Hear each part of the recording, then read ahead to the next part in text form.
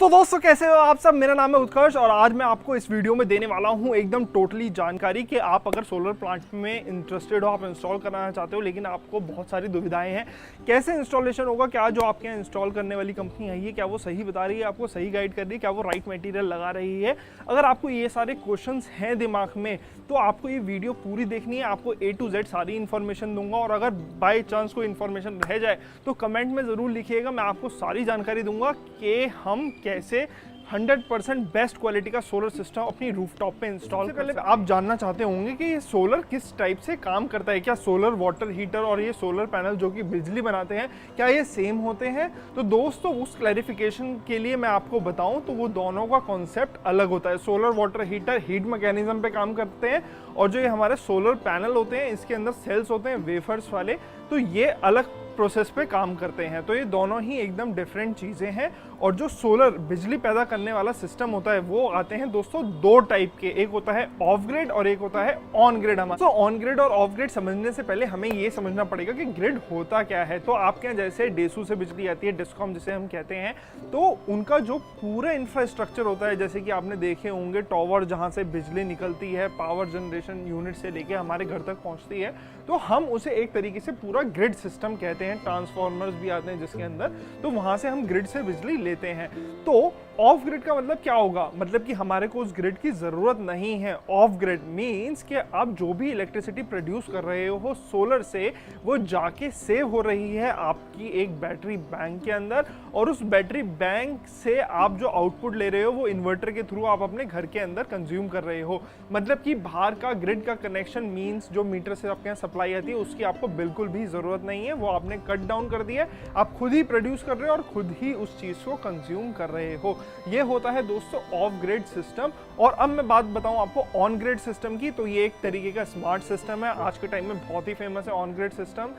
इसके अंदर क्या होता है दोस्तों, जो भी आप इलेक्ट्रिसिटी प्रोड्यूस करते हो इसे आप बैटरी के अंदर सेव नहीं करते, इसको आप डायरेक्टली सप्लाई करते हो अपने ग्रिड के अंदर। मींस जो आपके यहाँ डिस्कॉम से डेसू से बिजली आ रही है उसके साथ ही वो कनेक्शन जाके जुड़ता है। तो अगर सपोज करो मैं आपको एक एग्जांपल से समझाऊं, आपने 5 किलोवाट का एक सोलर सिस्टम लगाया अपने घर पे और आपने एसी वेसी सारी चीज़ें चला के, रेफ्रिजरेटर चला के, अगर आपका कंजम्पशन है 6 किलोवाट, तो उस समय क्या होगा दोस्तों, तो 5 किलोवाट जो आपका जनरेशन हो रहा है वो डायरेक्टली आपके घर के अंदर जाएगा और जो सरप्लस 1 किलोवाट आप एक्स्ट्रा कंज्यूम कर रहे हो वो आपको डिस्कॉम प्रोवाइड करेगा।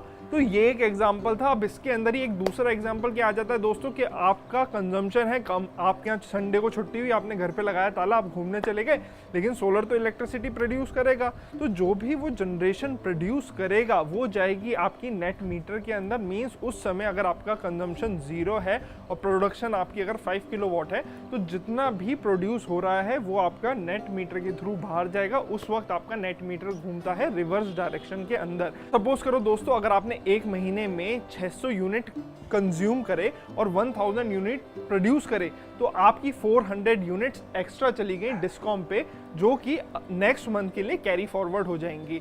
और यहीं अगर हम दूसरा सिनेरियो लें कि आपने कंजम्पशन करी 1400 यूनिट्स की एंड आपका प्रोडक्शन था 1000 यूनिट का, तो उसमें दोस्तों जो आपका इलेक्ट्रिसिटी बिल आएगा वो आएगा सिर्फ 400 यूनिट्स का, जो कि कम दर की होती है। मीन 3.5 रुपये 4.5 रुपये के हिसाब से वो आपकी वो 400 यूनिट पे प्राइसिंग लगेगी और जो 1000 यूनिट आप दे चुके हो वो सारी कट डाउन होंगी।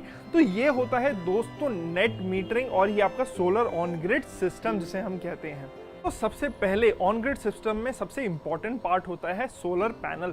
तो आप वो कौन सी कंपनी के सोलर पैनल यूज कर रहे हो, उसके लिए दोस्तों MNRE ने एक ALMM शीट निकाली है जिसमें पर्टिकुलर मैन्युफैक्चरर्स को ही सर्टिफाई किया गया है कि ये ही आप ऑन ग्रिड प्रोजेक्ट्स में इसी मेक के पैनल आप यूज़ कर सकते हो।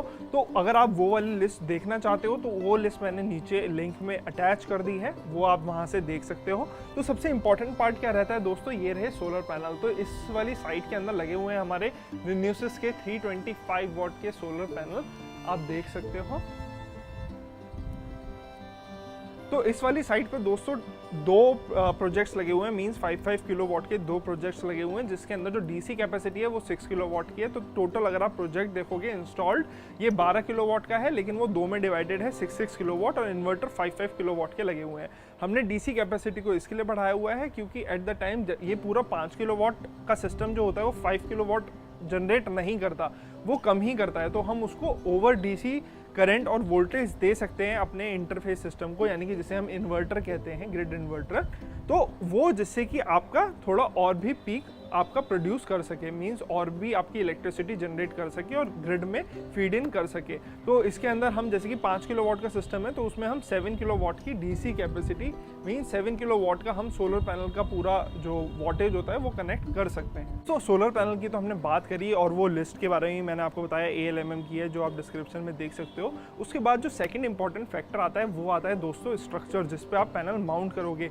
वो ऐसा नहीं होना चाहिए कि तूफान आया और आपका पूरा स्ट्रक्चर डाउन हो गया, क्योंकि उसमें आपको बहुत ज़्यादा लॉस हो सकता है। क्योंकि कई कंज्यूमर को बहुत सारी कंपनी से वो कांटेक्ट करते हैं, डिफरेंट कोटेशन लेते हैं, और जिसकी कम होती है वो उससे लगवाते हैं। वो सोचते हैं कि उन्होंने स्मार्ट वर्क करा, लेकिन ऐसा नहीं है। इस इंडस्ट्री है, नई इंडस्ट्री है, आपको भी इन्फॉर्मेशन बहुत कम रहती है कि क्या मटेरियल आ रहा है, क्या नहीं आ रहा। तो सोच समझ के ही डिसीजन लीजिए। जो महंगा लगा रहा है, ऐसा नहीं है कि वो आपसे कुछ ज़्यादा पैसे ले रहा है, वो क्वालिटी के अंदर बहुत ज़्यादा इंप्रूवमेंट कर रहा है माइक्रो लेवल पे, जहाँ पे आपको वो चीज़ समझने के लिए बहुत सारी स्टडी की ज़रूरत होगी। तो अब मैं आपको स्ट्रक्चर के बारे में ही बताऊँ दोस्तों, तो इसमें स्ट्रक्चर आते हैं 3 टाइप के। अगर आप C चैनल वाला स्ट्रक्चर लगा रहे हो, इसमें कई इंस्टॉलर क्या करते हैं, वेल्डिंग वाला स्ट्रक्चर लगा देते हैं इतना हाई राइज पे। तो वो हाई राइज पे वेल्डिंग स्ट्रक्चर कभी कभार फेल हो जाता है, क्योंकि जब वो हवा चलती है तो वो मूवमेंट होती है और उनका फ्रैक्चर पॉइंट आ जाता है, जिससे वेल्डिंग खुल जाती है और वो गिर भी जाते हैं। इसके लिए हमेशा रिकमेंडेड है नट बोल्ट वाला स्ट्रक्चर लगवाइए, जिससे 1-2 साल के अंदर आप उसे टाइट भी करवा सकते हैं। इन सर्विस वो टाइट हो सकता है। तो स्ट्रक्चर की बात करूं दोस्तों, एक आता है सबसे एकदम lower standard, means low profile, जिसके अंदर क्या होता है, आपका जो रूफ है उससे चिपक के एकदम पैनल लगते हैं। फिर आ जाता है दोस्तों आपका जो मिड टाइप स्ट्रक्चर होता है, जिसके अंदर हाइट आपकी बैक साइड की रहती है 4 to 5 फीट और आगे की रहती है अराउंड 2 फीट। तो वो मीडियम साइज स्ट्रक्चर हो जाता है। लेकिन आपको सबसे ज़्यादा इंपॉर्टेंस कहाँ देनी है दोस्तों, जब आप हाई राइज स्ट्रक्चर लगवाएं। जैसे कि सिटीज़ के अंदर छत पे जगह नहीं होती हैं, बहुत छोटे छोटे आपके फ्लैट्स होते हैं, और उन पे मीन्स अगर आपका 1800 स्क्वायर फीट का भी है तो आप उसमें अपनी रूफ का यूज़ करना चाहते हो 100%, वहाँ पे लगता है हाई राइज स्ट्रक्चर, जैसा कि ये यहाँ पे लगा हुआ है। अब इसके अंदर दोस्तों हाई राइज स्ट्रक्चर के अंदर अगर आप C चैनल में जाते हो तो इसमें आती है 3 क्वालिटी। तो ये वाला जो स्ट्रक्चर है दोस्तों, ये एक शीट का बना हुआ है, पॉसमैक्स शीट का। ये 2 mm थिकनेस में है, 3 mm थिकनेस में भी आता है इसमें। और इसके अंदर 3 वेराइटीज़ आती हैं। एक आता है आपका प्री GI, एक आता है GI और एक आता है हॉट डिप। प्री GI में क्या होता है दोस्तों, जैसी ये शीट होती है, ये उसको बस C चैनल के अंदर कन्वर्ट करके आपको दे देते हैं और आप डायरेक्टली उसे इंस्टॉल कर सकते हो। लेकिन उसके अंदर क्या रहता है, over the period of 3 to 4 years उसमें जंक लगना शुरू हो जाता है।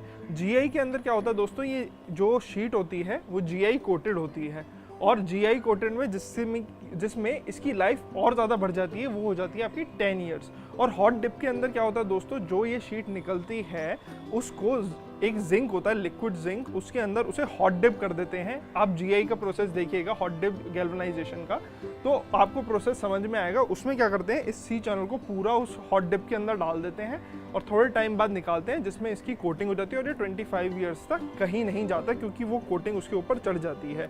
तो ये वाला तो दोस्तों सिर्फ GI है, इस पर यहाँ पे हमने पेंट करवाया हुआ है। तीसरी चीज़ मैं कहूँगा सबसे इम्पॉर्टेंट चीज़ जो है वो ये है कि ये माउंटेड कैसे है आपकी रूफ से। आपका क्या जो सोलर प्लांट इंस्टॉलर है उसने क्या यहाँ पे लेंटर पे ही ये आपका C चैनल माउंट करके लंबे वाले फास्टनर लगा के लगा दिया, या फिर उसने उतना लेंटर को काटा, मीन्स यहाँ पे ये वाली चीज़ को काटा, जो ऊपर टाइल्स लगी हुई होती है ना दोस्तों, इन टाइल्स को काटा और इसके नीचे जो मिट्टी होती है उसे हटाया, जो पन्नी होती है उसे हटाया, और इस वाले C चैनल को उसने डायरेक्टली लेंटर से लगाया। वो बहुत ज़रूरी होता है दोस्तों, क्योंकि जब आप लेंटर से लगाते हो तो इसका और इसके जो मूवमेंट होती है ना पूरे फ्रेम की, वो बहुत रिस्ट्रिक्ट हो जाती है। वो ऐसा नहीं है कि हवा चलेगी हिलेगा पैनल, क्योंकि कई कंज्यूमर की शिकायत होती है कि हवा तेज़ चलती है, हमारा जी घबराता है क्योंकि सोलर सिस्टम पूरा हिलता है। तो ये रिकमेंडेड है कि आप जो भी इंस्टॉलेशन कराएं वो ये C चैनल आपके लेंटर से जुड़ा हुआ हो, यहाँ पे छत पे ना जुड़ा हुआ हो, क्योंकि क्या होता है जब ज़्यादा तेज़ हवा चलेगी, ये आपका C चैनल जब निकलेगा यहाँ से तो वो आपकी जो टाइल्स है ना उनको भी लेके निकल जाएगा, क्योंकि टाइल्स इतनी अच्छी तरीके से स्ट्रांगली कंबाइंड नहीं होती हैं। तो ये एक इम्पॉर्टेंट फैक्टर था। और दूसरा इम्पॉर्टेंट फैक्टर क्या होता है कि ये ब्रेसिंग आपके यहाँ लगी हुई हो। ये ब्रेसिंग अगर ज़्यादा बड़ा आपका स्ट्रक्चर जा रहा है तो ये ब्रेसिंग बहुत ज़रूरी है, क्योंकि आपका जो सरफेस एरिया है वो इस टाइप से है। अगर हवा ऐसे निकलेगी तो कोई फ़र्क नहीं पड़ेगा इस स्ट्रक्चर को, ये हिलेगा भी नहीं। लेकिन अगर हवा ऐसे आएगी तो इसके अंदर आप देख सकते हो कितना बड़ा सरफेस एरिया है, तो कितना ज़्यादा इस पर फोर्स लगेगी और ये कितनी मूवमेंट होगी। तो ब्रेसिंग इसके लिए बहुत ज़्यादा ज़रूरी होती है। और अगर आप और भी ज़्यादा प्रोटेक्शन चाहते हो तो इसमें आप यहाँ पे क्रॉस भी डलवा सकते हो, ऐसे क्रॉस में। तो दोस्तों अब हम आते हैं अपने चौथे ज़रूरी पॉइंट पे। हमने सोलर पैनल डिस्कस कर लिया, स्ट्रक्चर डिस्कस कर लिया, जो उसके नीचे माउंटिंग है अपने लेंटर से वो डिस्कस कर ली। अब जो सबसे ज़्यादा इंपॉर्टेंट पॉइंट है वो है दोस्तों केबलिंग। कि आपने सोलर पैनल इंस्टॉल कर लिए अच्छे स्ट्रक्चर पे, अब जो ये इलेक्ट्रिसिटी प्रोड्यूस कर रहे हैं वो आप कैसे लेके जाओगे अपने इन्वर्टर तक। तो उसके लिए दोस्तों कई इंस्टॉलर क्या करते हैं, जो नॉर्मल एसी वायर आती है ना, यानी कि अल्टरनेट करंट की वायर, वो इस साइड में यूज़ कर लेते हैं। लेकिन ऐसा ना करें, क्योंकि क्या होता है एसी वायर के अंदर जो एरिया होता है और जो इसके अंदर सिंगल वायर होती है वो इसके अंदर बहुत सारे लॉसेस क्रिएट कर देती है। जो डीसी वायर होती है दोस्तों वो मल्टी स्ट्रैंड वायर होती है, उसके अंदर दो तरीके की आती है, कॉपर और टिन्ड कॉपर। तो हम जो अपने प्रोजेक्ट्स में यूज़ करते हैं वो टिन्ड कॉपर यूज़ करते हैं, जिससे कि लॉसेस और भी कम हो और यहाँ से जो पावर इवैक्यूएट होती है सोलर पैनल से वो बहुत ही कम लॉसेस पे हमारे डीसी डीबी तक जाए और वहाँ से फिर वो इन्वर्टर से कन्वर्ट होके अपने एसी डीबी के अंदर जाए। तो सबसे ज़्यादा मेन फैक्टर इसमें ये डीसी वायर भी प्ले करती है। तो अगर आपको मैं दिखाऊं, ये जो डीसी वायर हैं पैनल से आ रही हैं वो डायरेक्टली इस सी चैनल के अंदर आप देख सकते हो, स्ट्रट चैनल है, इसके अंदर हमने छोड़ा हुआ है और इसके अंदर जाके वो पूरा हमारे एंड पॉइंट तक जा रही है, मीन्स डीसी डीबी तक। और ये पूरी इंसुलेटेड है दोस्तों अंदर से, और इसमें डबल इंसुलेशन वायर हम यूज़ करते हैं डीसी साइड की, जैसे हल्का सा कहीं से कट भी लगे तो उसके अंदर एक और प्रोटेक्टिव लेयर है जो स्ट्रक्चर से भी टच नहीं है। तो दोस्तों अब हम आते हैं अपने नेक्स्ट इंपॉर्टेंट पॉइंट पे, वो है दोस्तों अर्थिंग। कई इंस्टॉलर भी सोचते हैं कि यार हम अर्थिंग कैसे करें, और हमारे को अगर 10 किलोवाट का प्रोजेक्ट है या 5 किलोवाट का प्रोजेक्ट है तो हमारे को कितनी अर्थिंग की ज़रूरत होती है। तो दोस्तों अगर मैं आपको कम्प्लीटली बताऊं कि इसमें आपको 3 अर्थिंग की तो सबसे ज़्यादा ज़रूरत होती है और वो इम्पॉर्टेंट है, आपको 3 अर्थिंग करानी ही पड़ेंगी। उसमें आप क्या कर सकते हो, और आपको ये भी कन्फ्यूजन रहता होगा कि हम क्या यूज़ करें अर्थिंग को। जैसे कि आपने नीचे ग्राउंड फ्लोर पे कराई है, आपको 4th फ्लोर पे सिस्टम लगाना है, तो हम किस मीडियम से उस अर्थिंग को ऊपर लेके जाएं जो कि हमारे को सस्ती भी पड़े और कॉस्ट एफिशिएंट यानी कि हो और आपका काम भी अच्छे से करे। तो सबसे अच्छा जो उपाय है दोस्तों वो है 25 mm × 3 mm की GI की पत्ती। उससे बढ़िया कोई सॉल्यूशन नहीं है, क्योंकि अगर आप 16 mm की कॉपर वायर लगाओगे वो बहुत ही एक्सपेंसिव पड़ती है। 100 मीटर अराउंड इस समय रेट चल रहा है 17,000 रुपये के आसपास का, और वो 4 to 5 ईयर्स में फ्लेक्सिबल होती है। तो अगर कोई भी उसको कट डाउन करके भी नीचे से लेके जा सकता है, लेकिन GI की पत्ती बहुत ही सॉलिड होती है, उसे कोई कट डाउन नहीं कर सकता। तो अगर मैं आपको बताऊं जो 3 इंपॉर्टेंट अर्थिंग है तो उसमें आप कैसे कैसे कनेक्ट कर सकते हो। एक अर्थिंग आप कनेक्ट कर सकते हो दोस्तों LA से, लाइटनिंग अरेस्टर से, वो भी मैं आपको दिखा देता हूँ। लाइटनिंग अरेस्टर लगा हुआ है हमारा इस साइड में, ये आप देख सकते हो लाइटनिंग अरेस्टर। ये आपको नोटिस करना है कि ये आपके सोलर पैनल से हमेशा ऊपर ही रहे, नीचे ना रहे। ये क्योंकि इसके लिए होता है कि कोई भी सर्ज आया, बादल गरजे, बिजली अगर गिरती है आपके सिस्टम पे ना गिरे, वो यहाँ पे शिफ्ट हो जाए। और आपको ये भी ध्यान रखना है कि जो आपकी अर्थिंग है वो आपकी 3 to 5 ohms के अंदर रहे, क्योंकि ये एक फिजिबल मीन्स क्राइटेरिया है। इसमें अगर बिजली गिरती भी है तो ये आपका एकदम सही से सिस्टम प्रोटेक्टेड रखेगा। अब मैं आपको दूसरी अर्थिंग दिखाता हूँ दोस्तों, स्ट्रक्चर की जो हमने करी हुई है। तो आप ये देख सकते हो, ये GI की पत्ती आ रही है 25-3 की, और ये हमने यहाँ पे स्ट्रक्चर से वेल्डिंग कराई हुई है। तो जो भी है, कहीं से भी स्ट्रक्चर हमारा जुड़ रहा है दोस्तों, तो वो हमने बाय वेल्डिंग के थ्रू सारे स्ट्रक्चर को जोड़ा हुआ है। कहीं पे भी अगर लगता है कि यहाँ पे अगर 2 स्ट्रक्चर मिल रहे हैं तो वहाँ पे भी हमने स्पॉट वेल्डिंग कराई है। और जहाँ जहाँ पे GI की पत्ती आप जोड़ते हो वहाँ पे नट और बोल्ट तो लगाना ज़रूरी है ही, और अच्छा प्रिकॉशन के लिए आप उस पर वेल्डिंग भी करवा सकते हो। एक स्पॉट वेल्डिंग भी बहुत ही अच्छी रहती है लॉन्ग टाइम के रन के अंदर। तो ये थी हमारी 5वीं इंपॉर्टेंट चीज़। तो दोस्तों आप यहाँ पे देख सकते हो, जैसा मैंने आपको बताया था, हमने यहाँ पे 5-5 किलोवाट के 2 सिस्टम लगाए हुए हैं। एक 5 किलोवाट का ये रहा, एक 5 किलोवाट का ये रहा। तो इसमें सबसे इम्पॉर्टेंट चीज़ जो आती है दोस्तों, वो इन्वर्टर का भी रोल आता है कि आप कौन सा इन्वर्टर ले रहे हैं। अगर आप कोई लोकल इन्वर्टर लेते हैं, मैं कंपनी का नाम नहीं लूँगा, लेकिन उसमें क्या होता है, एफिशिएंसी कम होती है और जो इसके अंदर और भी बहुत सारी फीचर्स होते हैं वो नहीं मिलते हैं आपको, और उनकी एफिशिएंसी डाउन होती है, जिससे कि कंज्यूमर फेस करते हैं कि यार हमने प्लांट तो सस्ता लगवा लिया, लेकिन यार हमारी बिजली प्रोडक्शन नहीं हो रही। वो इसके लिए नहीं हो रही क्योंकि आपने जो इसका मेन कंपोनेंट है वो आपने सस्ती क्वालिटी का लगवा लिया। तो ये आपको इशू फेस करने पड़ सकते हैं। अगर आप 5 किलोवाट से नीचे लगवा रहे हो तो दोस्तों बहुत सारे ब्रांड्स हैं जिनका आप जो अच्छे प्राइजेस पे भी आते हैं वो आप इंस्टॉल करा सकते हैं, जिनकी एफिशिएंसी भी अच्छी है, जैसे कि ग्रोवॉट हो गया है। लेकिन अगर आप और भी अच्छी सुपीरियर क्वालिटी में जाना चाहते हो, 5 किलोवाट से अबव प्लांट लगा रहे हो, तो आई रिकमेंड कि आप डेल्टा के लिए जाओ। और अगर आपका प्लांट 20 किलोवाट से भी अबव का है तो सोलर एज सबसे बेस्ट ऑप्शन रहेगा। एक्सपेंसिव पड़ते हैं लेकिन लॉन्ग रन के लिए बहुत ही अच्छी चीज़ है। इन्होंने कोई स्पॉन्सरशिप नहीं दी, ये मेरा खुद का एक्सपीरियंस है जो मैंने साइट्स पे फेस किया है, उस एक्सपीरियंस के बारे में मैं आपको बता रहा हूँ। तो अब दोस्तों मैं आपको बताता हूँ कि जो डीसी करंट वहाँ पैनल से प्रोड्यूस होकर आया है वो हमारा कहाँ आया है। तो ये आया है दोस्तों हमारा DCDB में, इसे कहते हैं DCDB, यानी कि डिस्ट्रीब्यूशन बॉक्स कहते हैं DC साइड का। तो इसके अंदर आप देख सकते हो ये हमने 2 MCBs लगाई हुई हैं, क्योंकि इसके अंदर 2 स्ट्रिंग हैं। जैसे कि 16 पैनल्स हैं तो हमने उसको डिवाइड करके 8 पैनल्स की 2 स्ट्रिंग्स बनाई हैं, और उसमें एक स्ट्रिंग्स की MCB ये रही, एक स्ट्रिंग की ये रही। उसके बाद ये MCB के बाद जो गया है दोस्तों, उसकी पॉजिटिव साइड गई है फ्यूज़ के अंदर, इसकी पॉजिटिव साइड गई है फ्यूज़ के अंदर, और इसे कहते हैं SPD, सर्ज प्रोटेक्शन डिवाइस दोस्तों।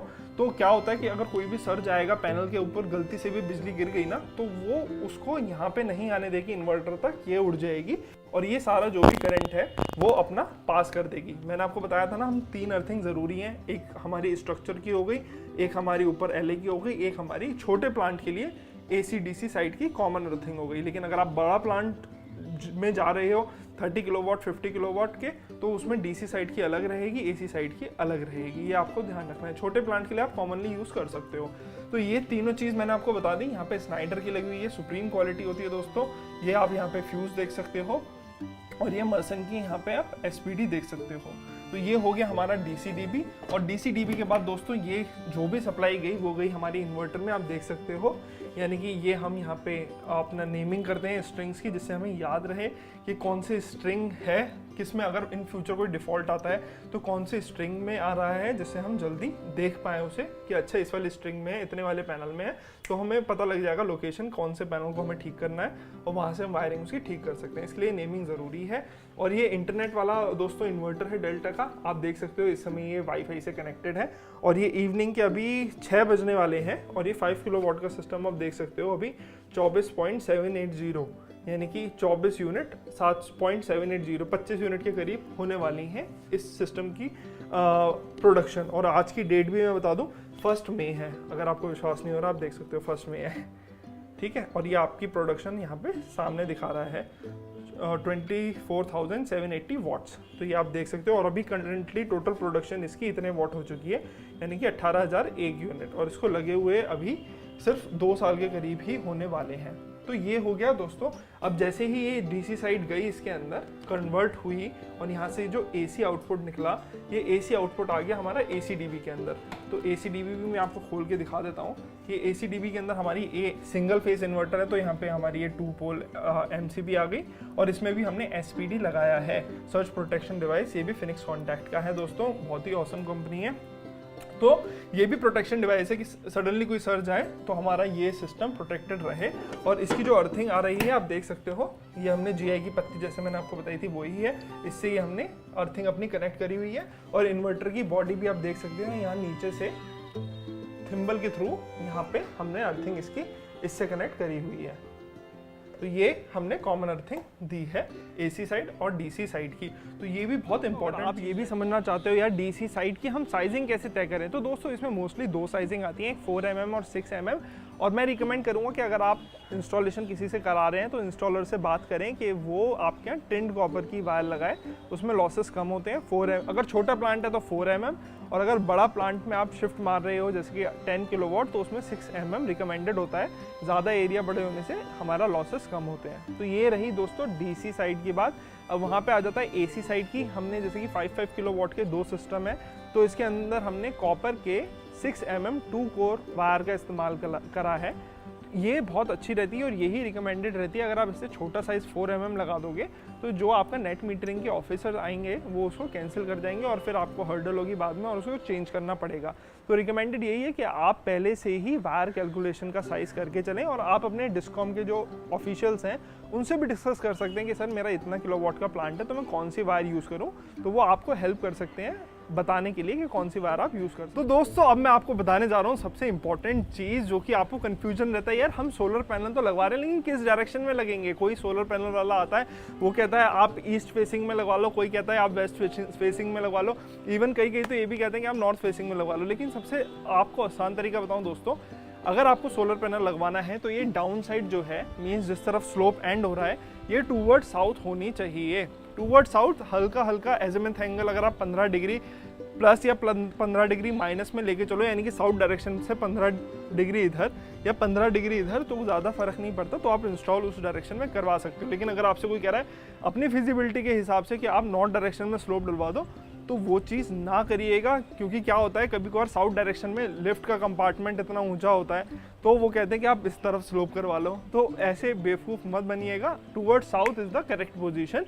For the installation of solar power plant. तो दोस्तों आज हमने इस वाली वीडियो में आपको दिखाया कि कैसे A1 क्वालिटी की सोलर सिस्टम इंस्टॉलेशन होती है। और अगर आप भी देख रहे हो अपनी रूफटॉप पे A1 क्वालिटी की इंस्टॉलेशन कराना, तो नीचे मैंने दिया हुआ है नंबर ल्यूमेन सिटी का और ईमेल आईडी, वहां पे आप कांटेक्ट करो, आपको सबसे बेस्ट सॉल्यूशन प्रोवाइड किया जाएगा, आप पैन इंडिया कहीं से भी हो।